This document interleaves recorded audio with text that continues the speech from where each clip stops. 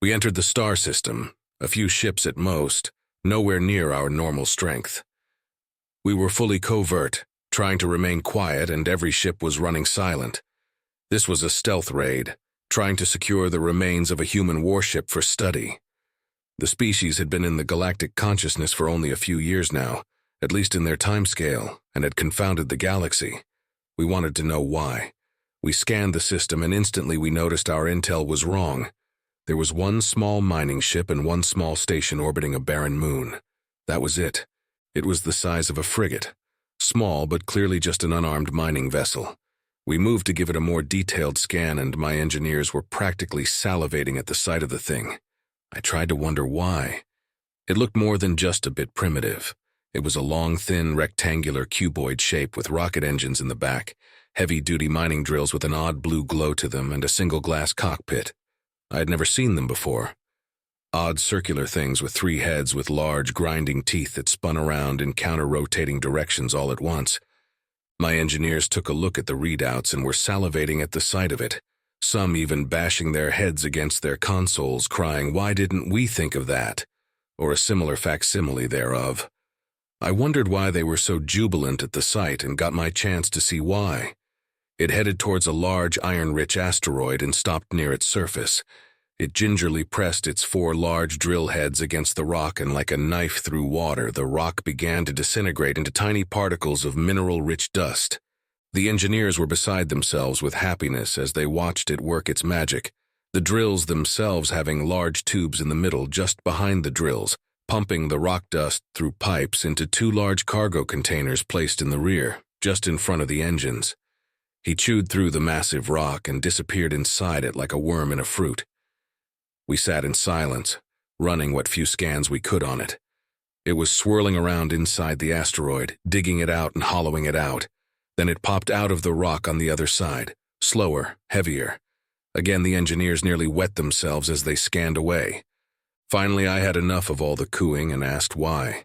The engineers told me that due to low gravity from our homeworld, it was easier to just use lasers, or in case of our primitive ancestors, stone saws and cutting blocks to just cut out a small block of solid material from a surface or a mineral deposit, then carry the whole thing to a refinery or smelter. These humans, coming from a high-gravity world, didn't have that luxury, and so had to crush or destroy rocks, transporting them elsewhere for processing. Only this was a lot more impressive, a lot more advanced. They were taking riskier scans, but were able to tell me that the ship had its own sorting and refining system, at least to an extent built into its hull. The pipes and sensors were making sure that, because it was fine particulate dust, a hidden filtration mechanism sorted through it all, and one cargo container contained ejected waste dust from the rock, and the other had only pure, iron-rich dust. Now I understood why this thing was making my engineers salivate like they were staring at a prime rib platter. It turned to face the asteroid and released some kind of small device that slipped into the hole it just made. A gravity bomb of some kind, as we quickly discovered, as the asteroid shattered into pieces and then shrank into a hard ball 1/10 its previous size. The ship moved forward, and its drills reduced what little remained of the rock into its cargo bays. The engineers resumed salivating as they scanned it. It returned to the station, and a powerful pump mechanism of some kind filled the cargo containers full of water of some kind. An odd mechanism inside, like a clothes machine or other such mechanism, washed the ore of impurities and deposited it all into storage. The material, now easier to move thanks to the mixed liquid, pumped into parts of the station through pipes and conveyors, and then into refineries or small contained smelters. Here it was slowly but precisely processed into metal ingots. The ingots themselves were compressed by further mechanisms, refined into steel, or simply sent out to be placed on pallets for shipping or use. Finally, as the drilling machine returned to the next asteroid, something happened to the station. A mechanism, like a gigantic claw, appeared out of one side, deploying like arms of a dry dock. 1,000 strange, flexible mechanical appendages appeared out of the station's larger hangar, and piece by piece, component by component, an entire ship, a cruiser-class ship, materialized in front of us component by component, from back to front. We all sat amazed as this ship, twice the size of the mining vessel, suddenly appeared in front of us. It was like a hypnotic dream watching this unfold. Thousands of odd appendages, each one having a different end, working in a perfect, concerted union to grab a component, then hold it down while another appendage used its different tool to screw in a bolt or weld a plate. The process continued as piece by precious piece each part was put in place, from the tip of its engine's nozzles to the front end of its glass bridge. It looked fancy too, curved edges, circular patterns, and rounded edges. Then, once it appeared as though it were complete, a completely different set of mechanical arms deployed, with the two large ones grabbing the ship to hold it in place. In a mesmerizing pattern of rainbow, a shiny coating of red, white, and pink paint was carefully put on the hull. Engineers scanning it could see an army of small drones and machines, moving parts and furniture around the interior, bolting them down. Then, something entirely unexpected. Once the ship was painted and fueled, the construction appendages were deployed again. An entire section of the ship, again, dismantled component by component, cleaned of paint and returned to storage. It was as if the mechanical monsters had baked a cake, then cut a chunk of it out. This chunk was then replaced by something else. A similar chunk of ship was then constructed, only this one bearing a powerful cannon, presumably a shipboard beam laser of some kind. A quick repaint later, and the ship's engines suddenly roared to life, cleared the dry dock, then just like that, jumped out of the system. Moments later, the process began to repeat itself as the small mining frigate returned for its 10th trip. My engineers were besides themselves, unable to comprehend that this one lone human with its automated systems was able to do in the space of around 2 hours what our stations full of thousands of people take 6 months to do. And all this, done with advanced machinery, of course, but that not included. Still done by only one man. Still impressive. Our demonstration was cut short by the sudden arrival of a Rami warship. Strange elongated things with heavy main weapons and odd-shaped hulls. We were expecting some attacks on human space, which is why we used a cloaked ship after all. But nothing, absolutely nothing, prepared us for what happened next.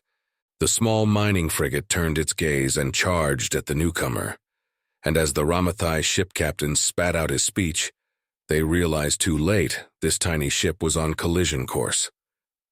We wondered what it could do to the much larger, more powerful warship. We almost laughed at the act of defiance, almost, until those drills hit the hull. It carved through the Rami ship's meter-thick hull like a knife through butter. We could hear intercepted transmissions of panic and shock as the small drill quickly chewed through the hull material, leaving a gaping hole in the hull out of which hundreds of bodies of dead crew members spilled. As quickly as it went in, it casually popped out of the other side, then swooped in for another strike. The ship had been effectively gutted like a parasite had eaten a corpse, and it could do nothing as the mining ship quickly swooped in, aiming its drills at the much larger ship's bridge near the front. We recorded in crisp detail and sound quality the last desperate screams of the ship captain and its crew as they were either ground to pulp by the drills or thrown into space by the hole. The ship then drilled its way through to the reactor, dropped one of its gravity bombs into the ship's engine room, then quickly shot back out the front backwards. The explosion was more than just a little impressive, as the Rami ship shattered into 3 distinct pieces. When radio screaming stopped and SOS calls for escape vessels went out of range, the drill ship fired out harpoons of a sort, digging long, flexible cabling into larger pieces of wreckage. The drill ship dragged the scrapped wreckage, and we watched in amazement as the multitude of appendages systematically ripped the wreck apart, precisely digging out important components and equipment. Each part, likely things the humans wanted to disassemble for reverse engineering, was immediately put on pallets and set on an open deck. 4 large chunks were quickly towed, dismantled, and set for shipping within an hour of the engagement. A warship of the Rami, a ship that was feared in the galaxy, was just taken down and disappeared from reality by one dude in a mining rig. Within moments of the last chunk of wreckage being dismantled, the station started to work again. To our surprise, an entirely new ship was quickly assembled, fueled, and all the components and captured parts loaded onto it, then presumably spaced out of the star system. The mining rig returned to its normal operations and another asteroid was quickly removed from the area. I stopped to think for a bit. Okay. Gentlemen, I would like us all to think for a moment. Think. Consider all that has transpired here before us. I said and let my men think. I let a few minutes pass and then spoke again. We just saw a mining rig, a rock-chewing machine, turn a large starship that is one of the galaxy's many terrors into a pile of slag and parts. Now the humans will shortly have Humanity Feck as well. Consider humanity and their now, albeit short-lived but well-catalogued reputation for acquiring technology from those who attack them. I said and allowed my men to think about it a bit more. Just as the mining rig finished another asteroid, one of my engineers squealed in terror as it turned, aiming its huge starship chewing mandibles at us. It remained there for a few more moments, then began to approach, quickly getting within striking distance, barely out of range of our ship's lasers. It would also appear that with this kind of tech, humans can effectively mass-produce entire fleets of warships in a 20th of the time, maybe less than we do. And one single human with a drill can basically build an entire fleet by himself.